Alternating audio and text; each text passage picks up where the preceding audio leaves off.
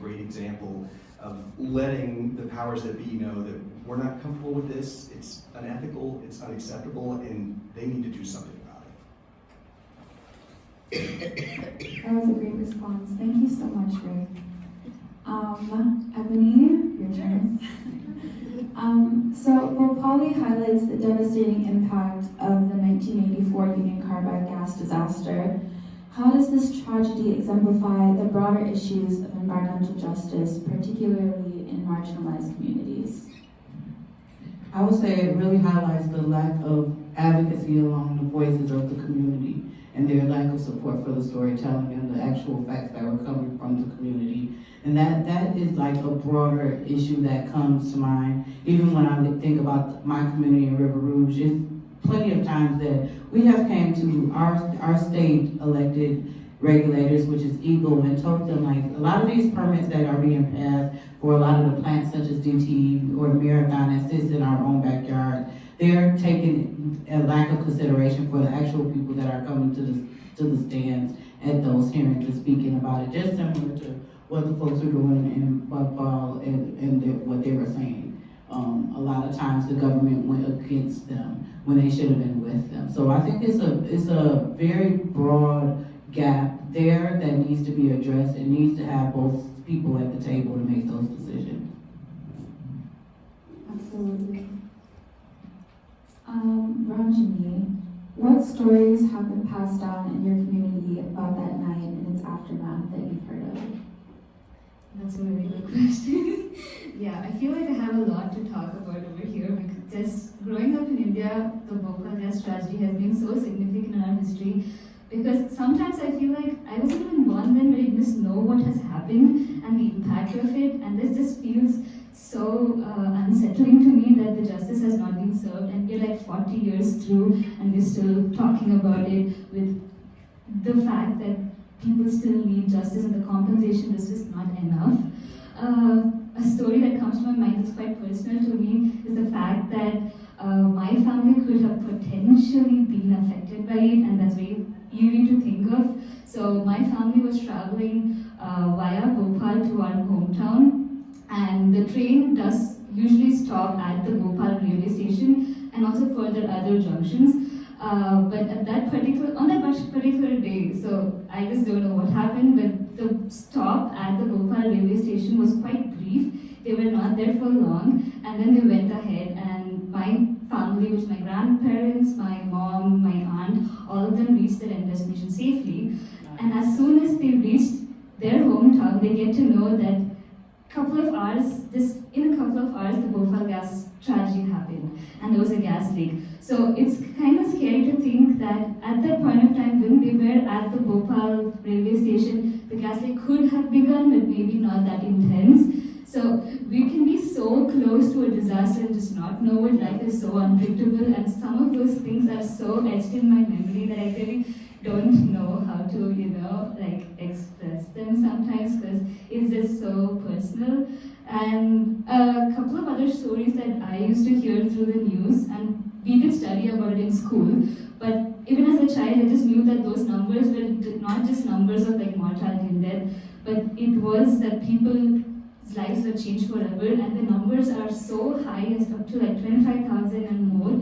And it's not like the toll is ending. It's like we still say upwards of 25,000. We don't say it's just 25,000 because you just know that the number of people who died immediately are probably a couple of thousands. But the effects right after that, for example, we saw in Bhopali, the movie, how people can be suicidal. They think that living is a burden, and having all that said, there was a survivor story that was very unique to this.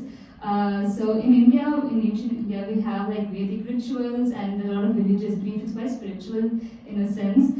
And there were two families which stayed a mile away from this industrial site, but they survived unharmed with no hospitalization, and their whole family survived with the belief that there is God, with the belief that they did something called a Yagni Yatra, which is basically a fire Vedic ritual, and that's there's no scientific evidence, obviously, to support this, but this is one of the beliefs that communities did have, and I feel like it's I just feel like this the Bhopal gas tragedy is extremely devastating to know that these things happen, and lack of accountability and the corruption that is involved is extremely bad, and something has to be done. Yeah.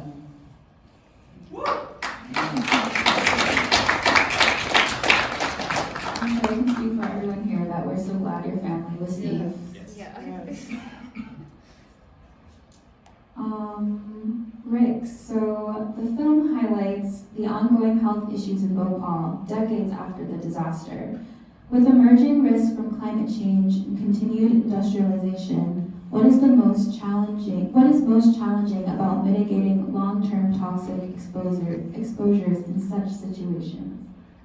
Yeah, it's a great question. So if we think about the impacts, some of the direct impacts of climate change, obviously warming temperatures around the globe, increasing frequency of extreme storm events, contamination from runoff, increased air pollution, all of these things are happening right now. They're going to worsen with climate change, and they're going to tend to be very inequitably distributed. So this is already an environmental justice issue, and you imagine a place, of course, we all saw in the video, open sewers, basically lack of fresh water already.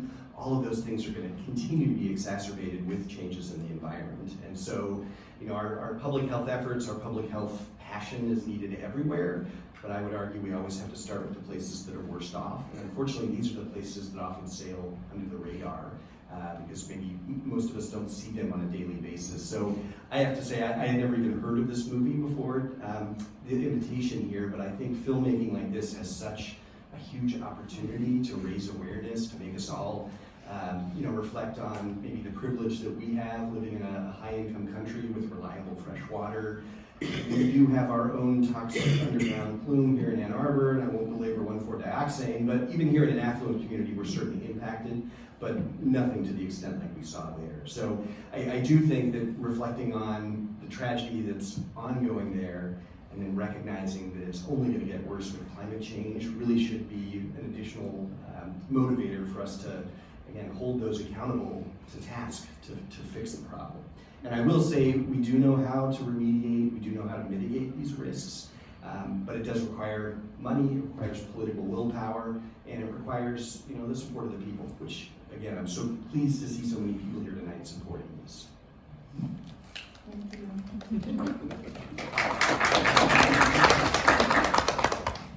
One more round with Ebony and Ranjini. We'll open up for Q&A.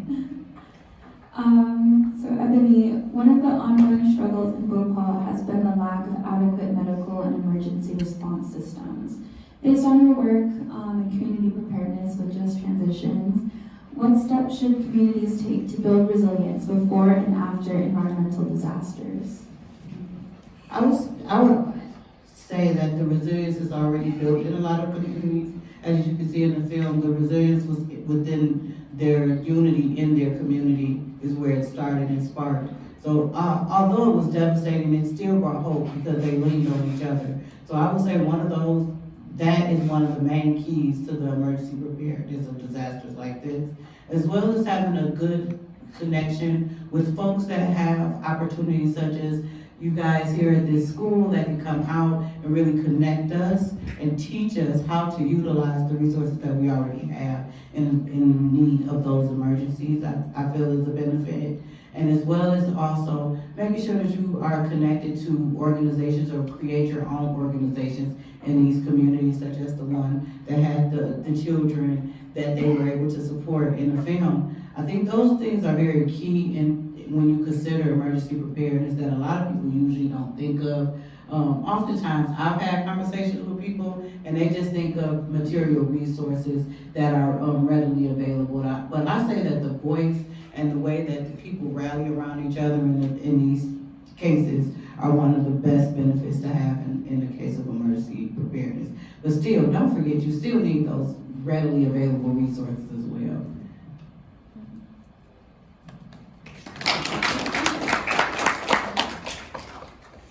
So Ranjini, as a student and student professional in this field, has this experience influenced your personal goals or career aspirations?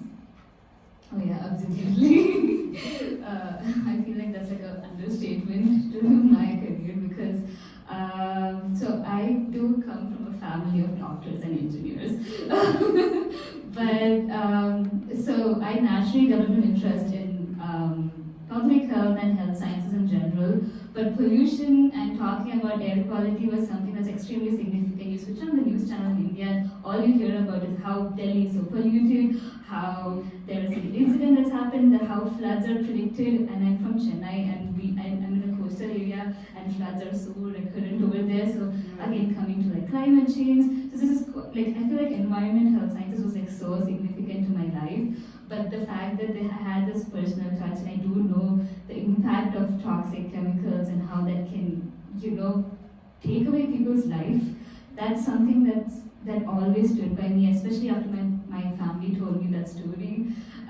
So yeah, definitely that has stuck with me and has helped me navigate my career choices towards advocating and being in the space of environmental justice and policy.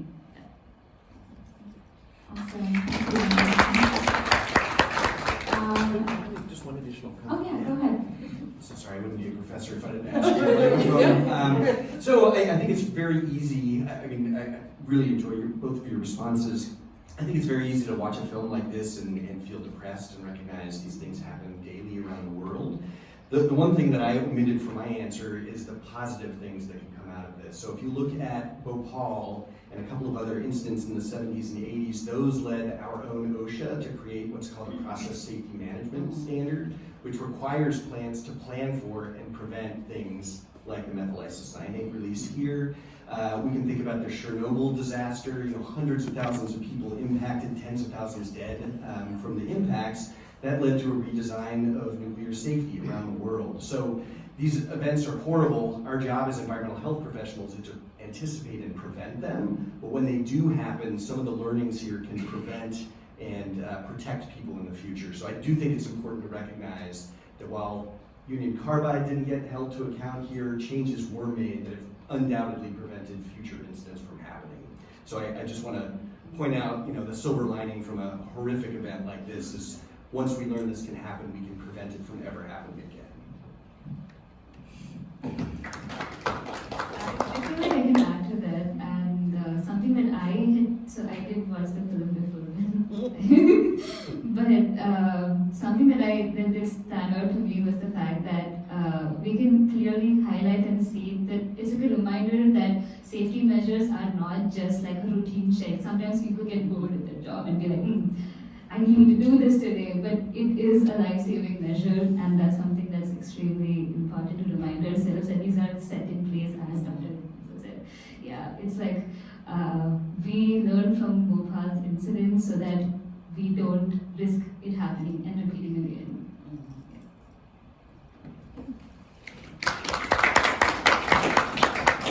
So now you, the audience, have a chance to ask our wonderful panelists questions. So if you have a question, just raise your hand and I'll start facilitating. I see there's one in the back. Oh, yes. Hi. My name is Cynthia. I'm first year PhD student in the EHS department as well. And not only are they also responsible for, they're into like paper everyone, so not the paper manufacturers, so not only are they responsible for quite a bit of PFAS contamination in Michigan, but they also manufactured Agent Orange during the Vietnam War as well. So now we have, that's like back to back to back instances of where they've been at the center of environmental injustices across different regions, literally across, I would say globally, and yet they're still allowed to operate. All they do is they settle out of it, they pay money, they settle out, and they continue to do what they've been doing. So it's like, when does it get to a point where, I don't know who would hold them accountable, but like, when does it get to a point where they're actually held accountable beyond their pocket and actually like sanctioned and not just made to, I I don't know, give up a portion of their profits for that, but like actually sanction it and make sure that it doesn't happen again. Unless you want to start. It's like past the light time. That's a great question. So you're certainly not the first to raise this notion that a number of multinationals have had repeated incidents like this. So I'm no fan of excessive chemicals in the environment. We know there's more than 85,000 chemicals in commerce in the United States, and at most a couple thousand of them have adequate risk information available for them. So the problem is when you have a company like Dow or Union Carbide that is an innovator, they're creating new chemicals, and no one is holding them to task to demonstrate that those chemicals are actually reasonably safe for people, they can get away with this because they're working in an unregulated environment. And this is the situation in the United States. The way we deal with toxic chemicals is it comes out after the fact that they're toxic, somebody sues, and eventually, ideally, we develop a regulation to prevent that from happening again. The solution to this is not the capitalist society here, not to sound like an ultra-Marxist up here or anything, but if you look at Europe, they have the REACH system, which basically says if you want to sell a chemical in Europe, you have to demonstrate to us that it's safe first. So it's this notion of the precautionary principle that does not erase all the horrible events that have happened from Dow, but it would prevent them from causing new incidents in Europe. Because a chemical like this, methyl isocyanate, everyone knows is bad for you, and we have forever. But a chemical like the PFAS family of chemicals, we haven't known forever that these were bad, and they certainly have not been regulated.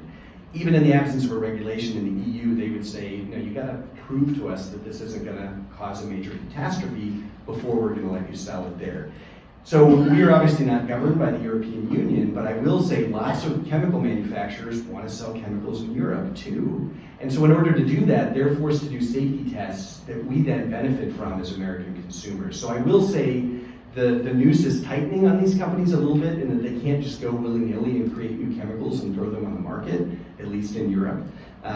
But in terms of sort of bad behavior in the past being recognized, I'm not actually aware that courts routinely look and say, hey, didn't you just kill a couple people last year or a couple thousand people last year? So I think that's another legal perspective where there is a gap. We are not fully accounting for a corporation's history in the last decade, much less going back to the Vietnam War and before. So I think there's potential solutions, but they're imperfect at best. And I'm sorry, that's not a very satisfactory answer. So I don't know if either of you want to add. We'll have to stick with not satisfactory, sorry. What just came to mind for me is the polluter pay kind of policy that was, it's international, so it was shared in a film. We also have one being advocated for in our state. So I would just say, constantly calling your elected officials and having them hold themselves accountable to push that here in Michigan. It's a little hopeful. Okay. Yeah, also to that, in India, right after the Bhopali gas tragedy happened, I think because of the uproar of people and because of the strong advocacy effects that it had in communities, it pushed the government to bring out the Environmental Protection Act as part of it. So it did happen right after the Bhopali gas tragedy. But I want to maybe maintain hope in this, but I can tell you that there's a lot of corruption that happens. So it's like you go forward a step, you walk back two sometimes. So, yeah. But we will keep trying. So.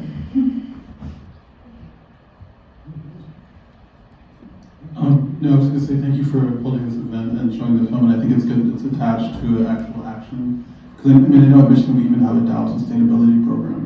So it seems like the greenwashing is also part of the strategy of reputational damage, even though, like you're saying, that the action or the tactics continue. So it seems like activism is critical to the process of undoing this. Although it seems difficult given the long history of the doing. And it seems like we're complicit as an institution if we're helping Dow repair its image by having a sustainability program at Michigan. There's a hand in the front. Also, feel free to add as any students who want to comment on how it feels to watch this film and apply for the Dow Sustainability Fellowship. I would love to hear, I'm sure all of us would love to hear how you feel and how this event has been sitting with you. My name is Martha, and I'm a staff person in the program on intergroup relations, and I'm also an alum of what's now SEAS. I was in India on a youth exchange program when this gas poisoning happened. One of our representatives from Kansas had to host families in Bhopal. We never knew if they were okay or not. So it has always meant to me that no place on earth is far from another one. And another thing that people might not know is that actually Union Carbide didn't learn all that well from December 3rd, 1984, because on August 12, 1985, all the carboxide affected 135 people in Institute, West Virginia. And it's in the same production process as the MCI. I was also in India in that 1984 span of time when Mrs. Gandhi was assassinated, so this is the piece of my question. Under lots and lots of political upheavals, unrest, juxtaposing communities against each other, state versus central government, it seems to me we see plenty of that going on at home right now. And I was wondering what y'all think we can learn from this sort of example so that we don't fall into traps of being divided. People in Bhopal don't necessarily seem to have been able to get Delhi and Chennai and Dehradun and Mussoorie and all these other places aligned with them that might have helped. So I just wanted us to think in that context of the political context.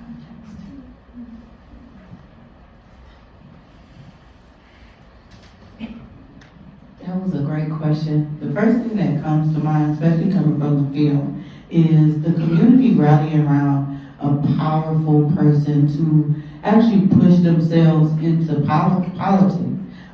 That's one thing I didn't really see in the film is a lot of people like moving forward towards the government, like being in the government to be the change making that was not happening from the past governmental people that was sitting on the board.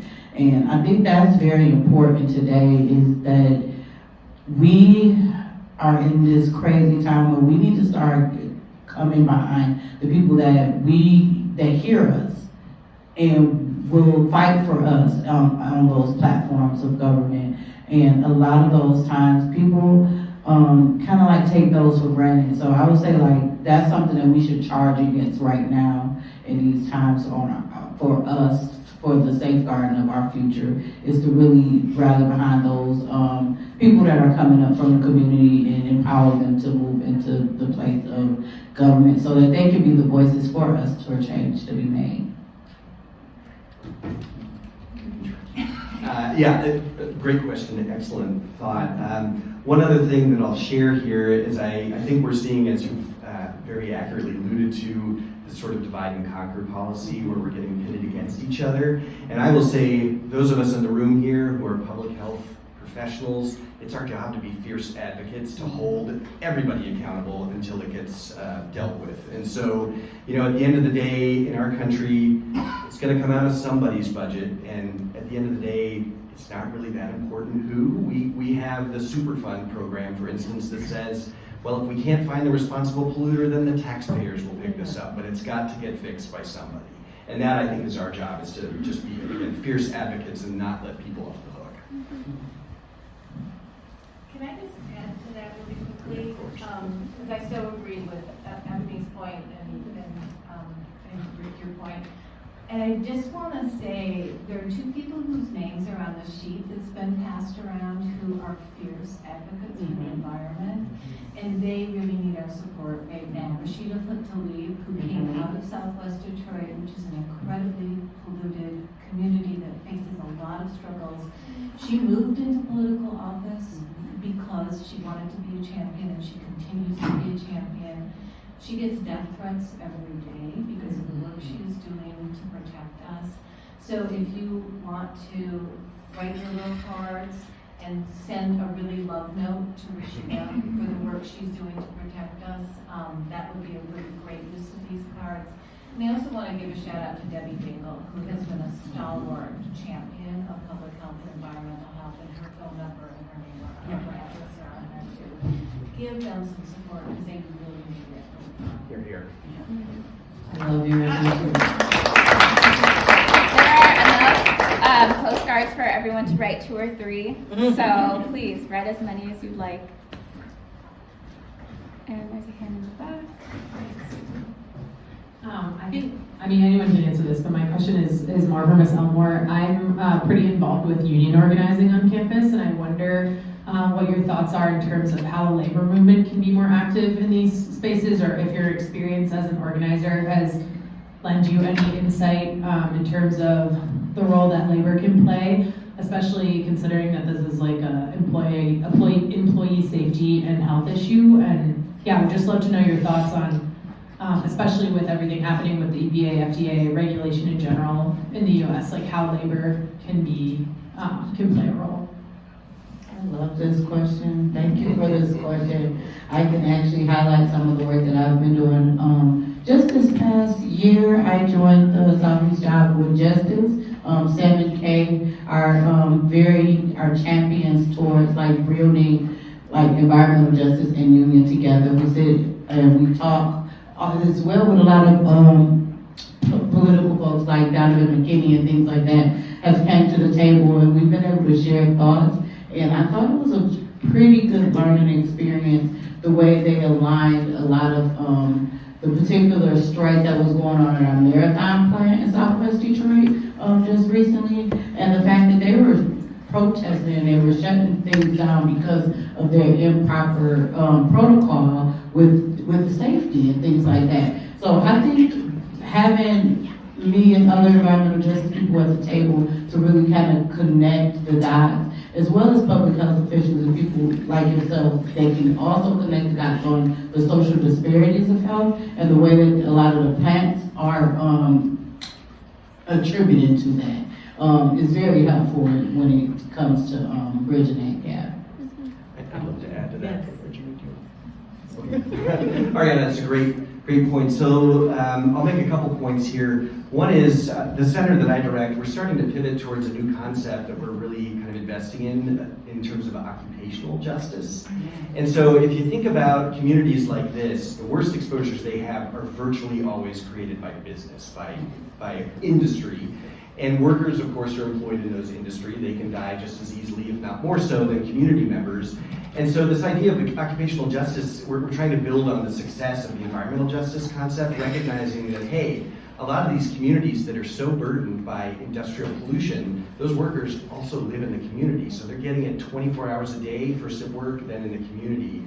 And so if we fix the problem at the workplace, oftentimes we fix the problem in the community too. And so I think the workplace is a great, obvious place to focus here, and getting increasing unionization in workplaces is one route to accomplish that, where we fix the problem at work and then the community problem essentially is largely resolved as a result. Yeah. So great concept. Just to add Oh, yeah. question. Listen to the I just found it. What is it? One of the podcasts. It's about the Bhopal. Yeah, the episode's called it's called Swindle. The Swindle podcast episode on Bhopal ends in Institute, West Virginia, and they ask people if they want Union Carbide to leave, and they say no, or Union Carbide town. So yeah, I think your point actually makes sense. Just reminded me of that. Yeah, thanks. Good point.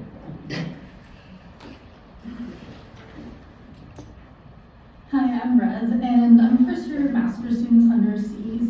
I remember getting like a ton of emails about the Dow Sustainability Fellowship. I knew about Bhopal, but I didn't know that like Dow was like Dow. And so I did some Googling, and it's actually pretty hard to connect the company to the fellowship itself. Like they're very careful to keep it as like a unit sustainability, like you're doing this great thing, and you have to actually dig a little bit before that connection to the company becomes obvious. I know at Seeds we recently had a panel where we had a presenter from Shell talking about Shell's sustainability initiatives, which were, they technically have them, but, you know. So I was wondering, what are your thoughts on having to grapple with the fact that obviously we're at this university, we're doing this work, but at the same time, the university is supporting people that we're doing this work against? I just have a branch off question to yours because I actually was a recipient of the Dow Fellowship. And I had the same thing as you. I got a lot of emails and I was kind of like, okay, like Dow, great. I applied. And at the same time, I started organizing this event. And I was sort of going through these two parallels about learning about this and the incredible harm it was doing, while also going to retreats where they were telling us about Dow's sustainability. And I was like, what the heck is going on? And so I guess kind of along the same lines as your question, you know, like this is an opportunity for students to, you know, provide significant relief to pay. It's a scholarship, and it provides a lot of money to help pay for an expensive degree. And so, like, inevitably, like, you're choosing between trying to apply to make your time in your master's degree a little easier, but at the same time, you're like, oh, okay, well, now every time my name or my title, you know, Dow Sustainability, I'm contributing to that. I'm associating Dow with like a sustainable idea. And so, you know, what are paths forward for just like students and the university, but also, you know, in EHS, there's a lot of students who undoubtedly will go work for businesses and companies that might contribute to these harms, and what are paths forward for them? I mean, I can answer. I was just doing one. Yeah, it's a great question. So I'm also kind of a bifurcated mind here. On one hand, it's like, oh, that's dirty industry money, but I am the PI of the Apple hearing study, so maybe I don't have leg to stand on here. You know, big tech and their evils. They're probably listening there. So yeah, on the one hand, it's like, well, this money comes from a company that has a pretty dark history in many ways. Most companies are very clear that they'll spin off and have a foundation that actually gives the money rather than the company, so it's greenwashing perhaps.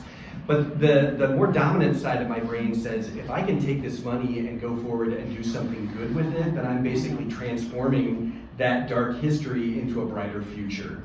And you know what I would not want to do as a Dow sustainability scholar is be like, let me do a project that's going to show how great chemicals are for people, because that feels like a huge conflict of interest, right? But taking that support, which as you say is critical in defraying costs, and then training yourself on something and then going out and practicing on that and advocating for that, that in my mind is a great use of corporate money. And frankly, in the current climate where federal money is drying up, you know, we're going to be turning increasingly to industry for support like this. And so it may, you know, you may have to swallow hard a couple times to be like, I can take this, I can do this, but just think of all the great and the good that you can do with that money and help to transform people's lives for the better and sort of offset the damage that may have generated that money in the first place. That's my take. I can add to that. I was also receiving a lot of emails from the Dows, and the fact that I did not, like, I think as Dr. Redman said, as a student, I don't think we associate all the dark history to a company when we apply, because we look at the opportunity that could also help us navigate our career. So as guilty as I am to apply to the Dows,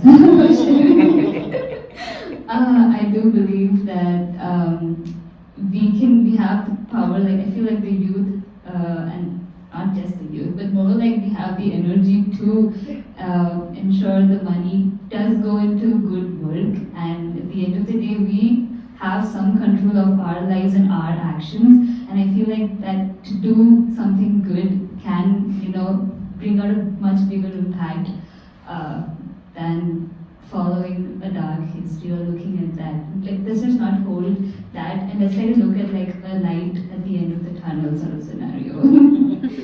Yeah.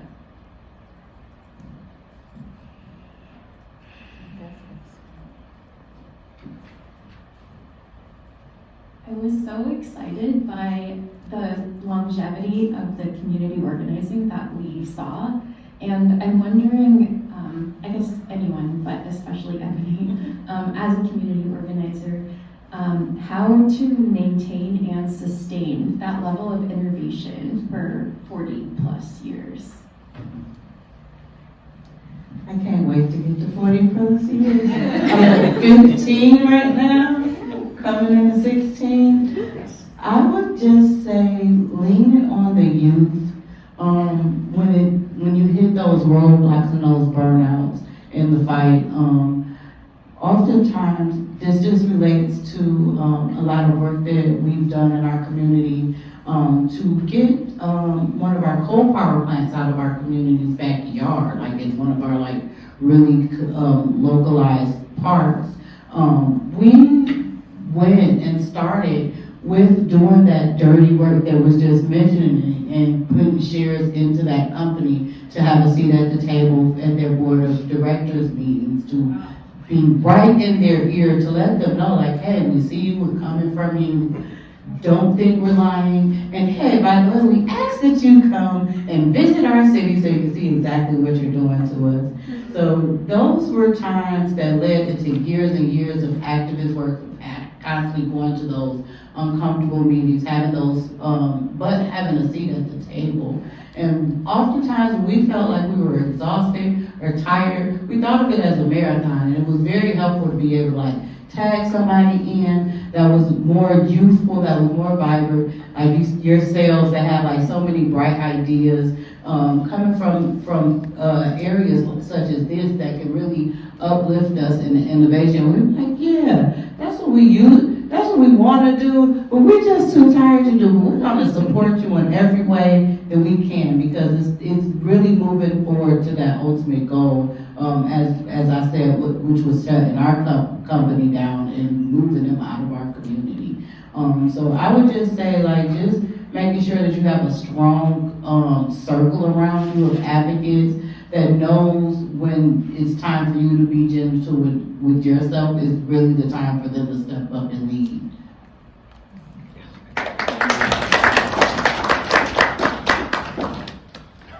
Okay. Any other questions?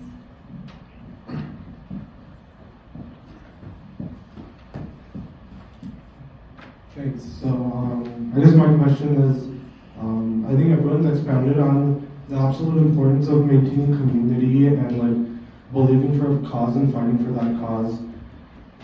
Just given our current situation, and I think the university might come at me for like breaking institutional neutrality, but bring it. Just given the situation where like essentially any sort of criticism of an existing regime brings organizations under fire, and in which freedom of speech has become increasingly one-sided, at what point does advocacy really become revolution, and at what point does our community and our sense of like fighting for a common good become an active like rebellion against tyranny?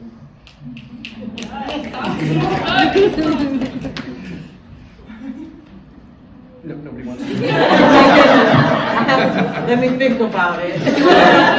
That was deep. Yeah, it's very deep, and you know, we live in times where we're facing threats, some of us more than others, that are just unprecedented. And so I think to the point earlier, you know, we need to draw strength from our community. We need to be here for each other. I will say, as a tenured faculty member, and there's a couple of us in the room here, I think we have maybe a pretty unique responsibility here to speak out, and that we are a little less prone to some of the repercussions that you're describing, that a student or a staff might be more susceptible to. So I think, again, it's our responsibility, all of us, to be willing to say hard things, knowing that they're not without risk, but nothing that's worthwhile is ever without risk. So I think we need to lean into that and just embrace our professional, ethical, and moral responsibility here to you know, if you see something, say something, basically. I'm sure you're going to say that better. Yes. I was just gonna support and saying like now is the age where people are like growing in the podcast, growing into the creating your own local news. I say start your own storm. Go ahead, start those podcasts, send them to elected officials to hear what you have to say. Put them in the local newspaper, put them in your campus newspaper, get with one of your governance bodies and tell your story to them and help make sure that they can support you in what you're saying and uplifting it, and then a change will come.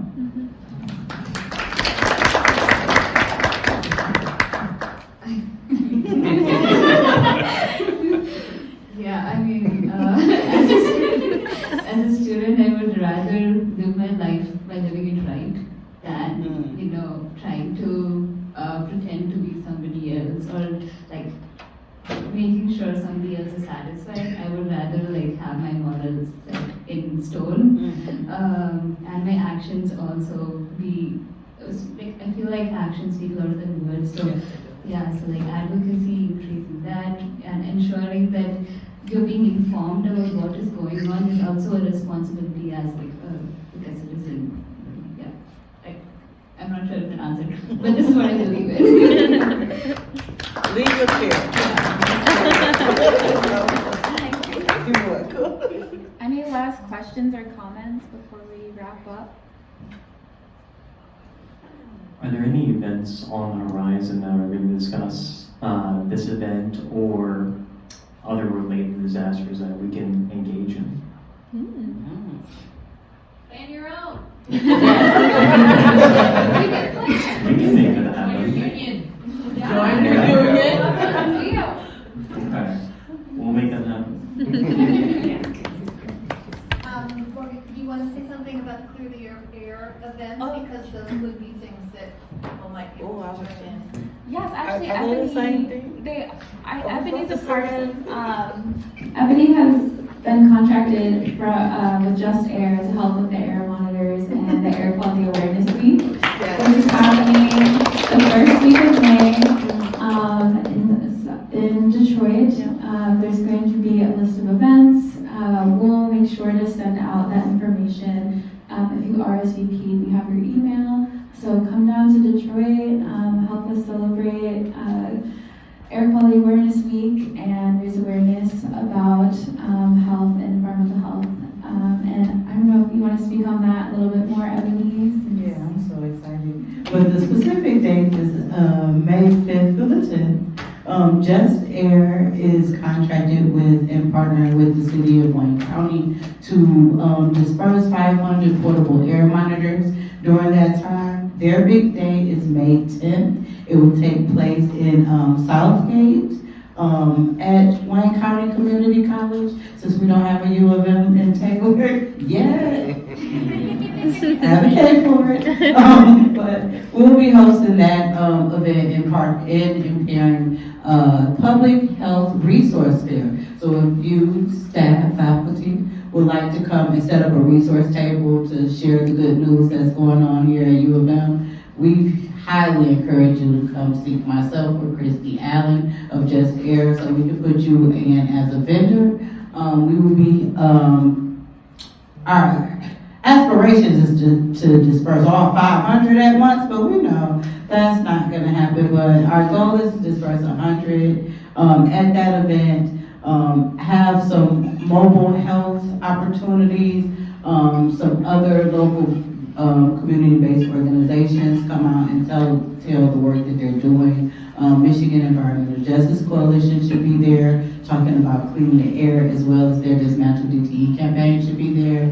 We have other folks from the community, and the Western Wayne NAACP should also be there, discussing ways to get active and mobilize. I am also their Environmental Justice and Climate Justice Chair there as well. So if you need anything for Air Quality Awareness Week, and especially in particular with Just Air, please contact me or Christy Alley. Thanks, Ebony. This conference actually starts May 1st. So yeah, it's coming up soon, believe it or not. Some of the events include a Cinco de Mayo parade. It's so exciting. A comment storm at UCN. So, you know, you're not that far away. If you live in Ann Arbor, please connect with our folks in Detroit. We need to work together to solve some of these issues. We're neighbors, we're comrades, you know. Yeah, but thank you all for coming to the event. Feel free to take buttons or postcards home with you. If you want us to send them out, we will be getting stamps for them, so please just leave them at the table. This was an amazing turnout. I hope you enjoyed the food. There's leftovers, so feel free to grab a to-go box or a plate and take some with you. Please take some.